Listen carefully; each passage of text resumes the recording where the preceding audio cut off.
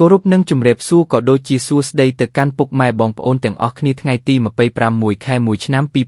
2026 Channel លោកគ្រូមានលេខតម្រុយសម្រាប់បងប្អូនលេងកំសាន្តទៀតហើយលោកគ្រូបានរៀបចំរួចជាស្រេចសម្រាប់បងប្អូនដែលចូលចិត្តការផ្ដល់តម្រុយឆ្នោតរបស់លោកគ្រូសម្រាប់បងប្អូនដែលទើបតែស្គាល់ Channel របស់លោកគ្រូសូមជួយចុចជាវឬ Subscribe និងចុចមេដៃឲ្យលោកគ្រូម្នាក់មួយផងបាទដើម្បីជាកម្លាំងចិត្តតោះបងប្អូនកុំឲ្យខាតពេលវេលាយូរយើងចូលទៅកាន់តម្រុយទាំងអស់គ្នា